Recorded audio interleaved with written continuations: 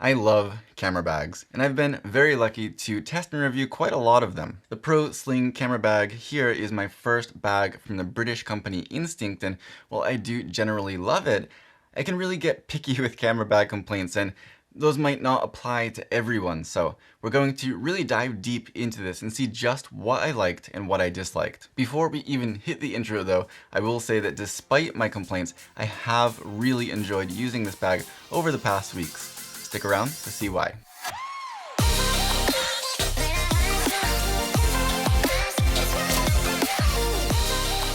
Hey, what's up? I'm Scott and welcome to my channel.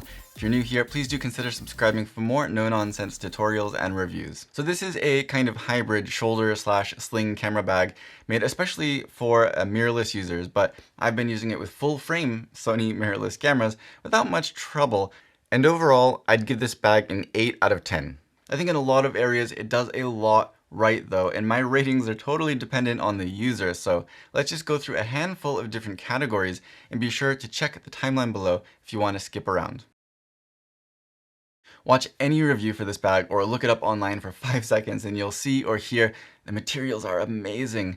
And that's absolutely right. From the waterproof zippers to the tough and also waterproof outside material, all the way to the simple but cleverly designed inner dividers and locking zipper pulls, this is a very well-made bag. It's also fairly padded and protective, which does lead to it being a little bit rigid, but that hasn't caused any huge problems for me personally with my use of the bag, except for some of the small pockets which we'll get into later. The zipper on the main section opens wide enough for me to get pretty full access to the inside, and again, there's very nice quality and tough feeling zippers all around. There are a few versions available and even coming at different prices for those different versions, with this one being one of their more expensive but still very well priced, and the difference basically comes down to the materials used in each bag, but it really goes from good quality to better quality, so you shouldn't be disappointed with any of them. I will have links down below if you want to see more about each of the different versions and the pricing for each. I find it incredibly hard to complain about anything as far as the actual materials go.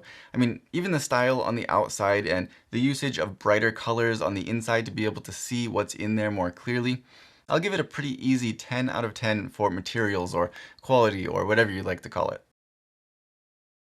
They really went overboard with the organization here though. Dive into the pockets and there's just a lot of smaller organization. And sure, for some users it might be a good thing, but I've honestly just never found things like little SD card pockets useful at all. I personally don't know anyone who carries spare SD cards in pockets like that. Alright, that's technically a lie. I often use smaller bags like this to grab cameras, batteries, memory cards, things like that, just when I'm going from the studio after shooting over to my house and I want to bring batteries that I need to charge, I want to bring cards that I need to unload, and in those cases I have often thrown, all the cards from all the different cameras that I'm using into those little pockets just to go from here to my house. But if I'm actually going out, I would never use those to store my SD cards. Anyway, you do also have some sections for pens or things like that. You've got some medium-sized pockets, and of course the zippered sections themselves, you can just throw a bunch of stuff in there. But those smaller sections can really get a bit tight, partially because of the rigid design, partially just because of their size. But since I rarely use them, it's not that big of a deal, and I've still had no problem finding plenty of storage and organization around this bag for batteries, cards, microfiber cloths, filters, and more. There are also pockets on both sides of the bag for water bottles or things like that, but they don't fit more than like a medium-sized bottle. It's nice to have them anyway, and they've been good for storing other things as well, of course. You also get straps on the outside of both of those pockets, which honestly can be a little bit annoying if you're trying to slide something into the pocket, but the straps are tight and you need to first loosen those straps before sliding it in. But they can also be useful for holding things tight in those pockets or for hanging other accessories like these Q6 LEDs from Spiffy Gear, for example. You get even more straps on the bottom for something like a compact tripod, but it would have to be really compact. I do wish they were removable because when I'm packing this light with a bag this size, I often don't have a tripod with me.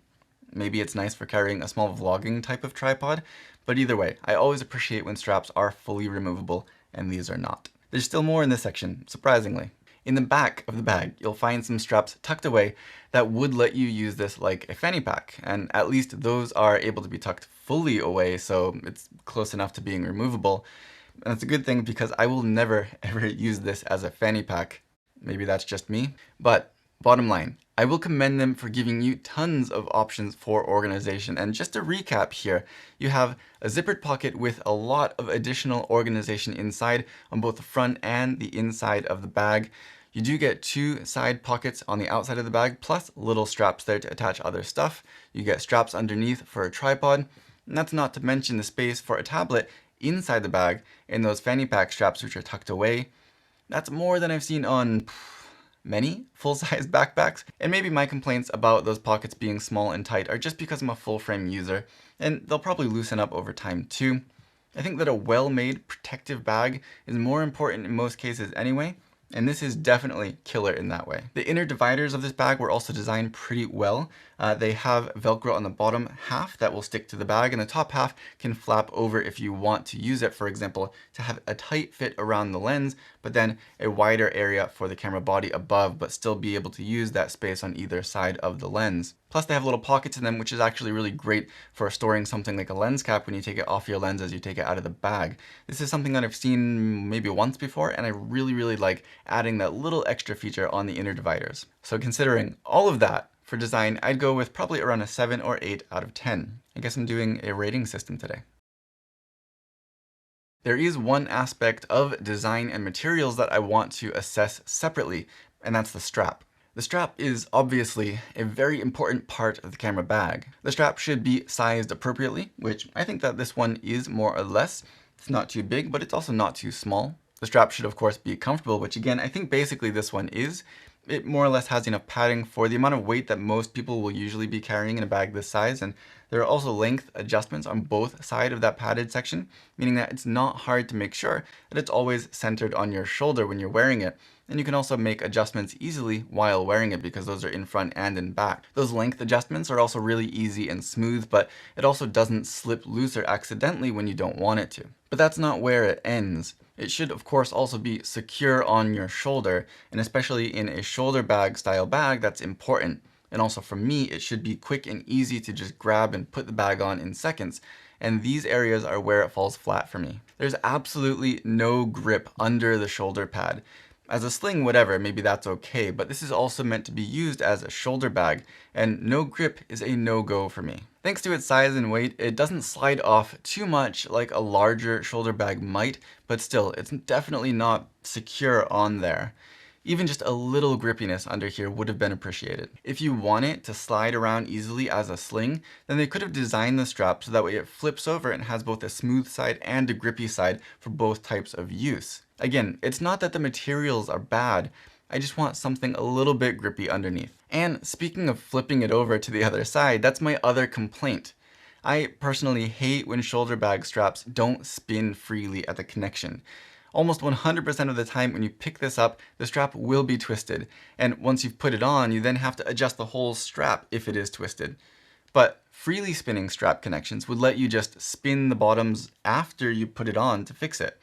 It's a small detail, but it's actually a fairly big one for me. Also, they designed this strap to be easily unclipped, and they did include a few attachments which you can then put onto your camera, kind of like Peak Design straps, which would let you then put this strap onto your camera as a camera strap. Cool, but I would never ever use it. And that's not only because then I would have no strap on my bag and I have to put it somewhere, but also because, like I said, it has no grip. Add to that most people will already be using a different strap system, either something that's semi-permanently attached to the strap hooks, or something like the Peak Design or even Black Rapid straps. It's a cool idea, but it's something that I think ultimately should have just got thrown out as unnecessary. However, that doesn't technically hurt the design at all, it's just not necessary. Either way though, the strap is a good size, it's a good length, it's easy to adjust, and overall it's comfortable in most cases. I'm going to give it a 6 out of 10 for missing a few key points. Obviously, what and how much a bag can carry is a big selling point.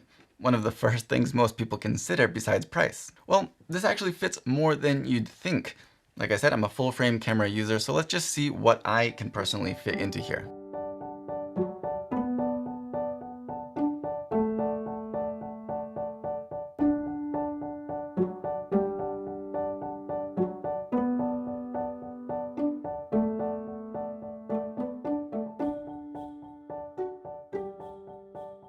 Related to capacity, there are only 3 things which kind of disappointed me, and 2 of those I've already talked about. That's the tight zipper pockets, with some of the organization being a bit too small for me, for full-frame users, maybe wasting what could have been more useful space, and those drink pockets on the outside that don't fit some medium to larger drinks. The other is the fact that they don't include any small square dividers to divide sections vertically if you want to stack 2 smaller lenses or something like that. Like I said, the dividers do fold over, giving you some level of that functionality, but then you lose the division between that area and the section next to it. So at least one small dedicated square divider would have been really very much appreciated. Price, like I said, is the other thing that people usually consider before most other things when choosing a bag, and this coming in between about $130 and $170 depending on the version, I think it's a pretty good value for what it is. An overall incredibly well-designed and high-quality, protective, waterproof, compact, yet decent capacity, plus stylish camera bag. Compare it to something like the Turnstile 20 from Think Tank, which is not waterproof without a cover, has less organization, it's honestly lower quality and less protective, plus it doesn't double as a shoulder bag, but it costs about $100 for a comparable size. Or the Everyday Sling from Peak Design, which looks incredible to be honest, but I haven't tried it yet. That cost about $150 for a similar size, which is comparable in terms of price to one of these higher model Instinct bags. I do think that the Instinct is deserving of its price tag, but it does have some tough competition. Well, I really can't say much more about the Peak Design without testing it out myself. I'd for sure recommend this over the Think Tank, and if you like what the Instinct has to offer, I can confidently say that you will not be disappointed one bit. I'm, however, going to take a few points off and go with a 7 out of 10 score for price and value here, just because it's priced very similar to the already strong competition. Materials and protection in this bag are really killer, and I think that's really what takes it over the top. But still, competition being what it is, price and value is a hard thing to assess. But to Instinct, fix your shoulder strap. It's the last piece of the puzzle that would really bring this bag up to another level. But if you have any other questions about this bag, please do let me know down below and I'll do my best to get back to you as soon as I can. Otherwise, if you found this video helpful, please do consider giving it a thumbs up, subscribe if you haven't already, share, all that good stuff, and I'll see you next time.